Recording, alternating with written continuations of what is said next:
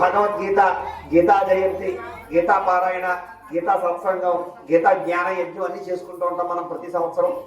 గ్రామస్తులందరినీ పిలుస్తాం, చక్కగా వాళ్ళందరినీ కూడా మన గ్రూప్ లో జాయిన్ చేసుకోవడానికి ప్రయత్నం చేస్తూ ఉంటాం.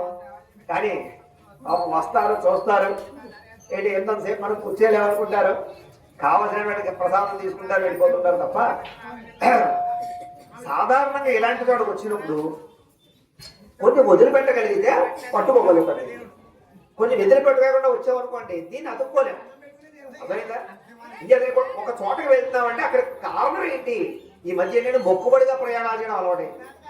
వెంకటేశ్వర స్వామి దగ్గరికి వెళ్తాం తిరుపతి. కారణం ఏంటి? వెంకటేశ్వర స్వామిని చూడడానికి కాదు.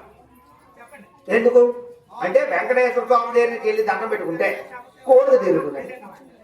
అంటే ఏ గుడికైనా, లేకపోతే ఏదో కాళహస్తి వెళ్ళాం, ఏదో జాతర దోషాలు పోతాయి, పలానా చోటకి వెళ్ళాం, ఏదో దోషం పోతుంది. అంటే దోషం పోవడానికి గుడికి వెళ్తావా? అక్కడ భగవంతుడు, ఆధ్యాత్మిక చింతన, ఒక శక్తి ఉంది, అది మనం ఆస్వాదిద్దాం, మనం దాన్ని అర్థం చేసుకుందాం, మన జీవితంలో మార్పు తెచ్చుకుందాం అని వెళ్తామా? ఆలోచనే పోయిందండి మనుషుల్లో.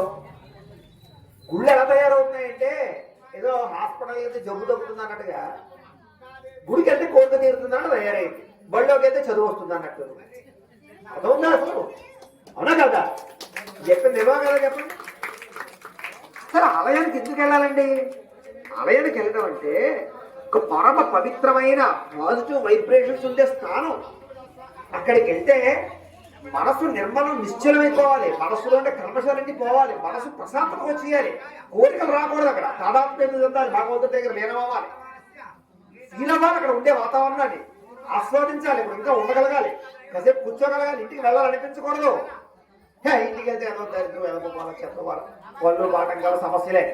కాసేపు ప్రశాంతంగా ఏదో నామం చెప్పి కూర్చుంటాం, ఇక్కడ తపస్సు చేద్దాం, పారాయణ చేద్దాం, ధ్యానం చేద్దాం అనిపిస్తే గుడికి వెళ్దాం తప్ప అలా అనకుండా మీరికి వెళ్ళే గుళ్ళన్నీ కూడా గుళ్ళకి వెళ్ళడం కాదండి. మొక్కుబడి కోసం తీర్థయాత్రలంతే, అది కాదు. మనం ఇలాంటి గీతా పారాయణకు, గీతా సత్సంగానికి వచ్చాము అంటే వెళ్ళినప్పుడు ఏదో పట్టుకెళ్ళాలి, యాపిల్ పండు, అరటిపండు పట్టుకెళ్ళాలి, అవునా? లేకపోతే లడ్డు పట్టుకెళ్ళాలా? వెళ్ళినప్పుడు జ్ఞాన లడ్డూని పట్టుకెళ్ళాలి. వెళ్ళినప్పుడు ఇదే లడ్డు కాదు, అర్థమైందా? జ్ఞాన లడ్డు ఒకటి ఉంటుంది, చాలా లడ్డూలు ఉంటాయి అలాంటివి, కొన్ని వందల కొన్ని వేల లడ్డూలు. ఒకే రోజు తింటే అజీర్తి చేస్తుంది, రోజుకు ఒకటి తింటే అరిగిస్తుంది, ఆరోగ్యాన్ని ఇస్తుంది కదా. అలాంటి గీతా జ్ఞాన లడ్డూలు 700 ఉన్నాయి మనకి. ఎన్ని? గీతలో 700 లడ్డూలు ఉన్నాయి. అన్ని లడ్డూలు ఒకరోజు తినకూడదు, షుగర్ వస్తుంది. చేత రోజుకో లడ్డూ తినడానికి రావాలి.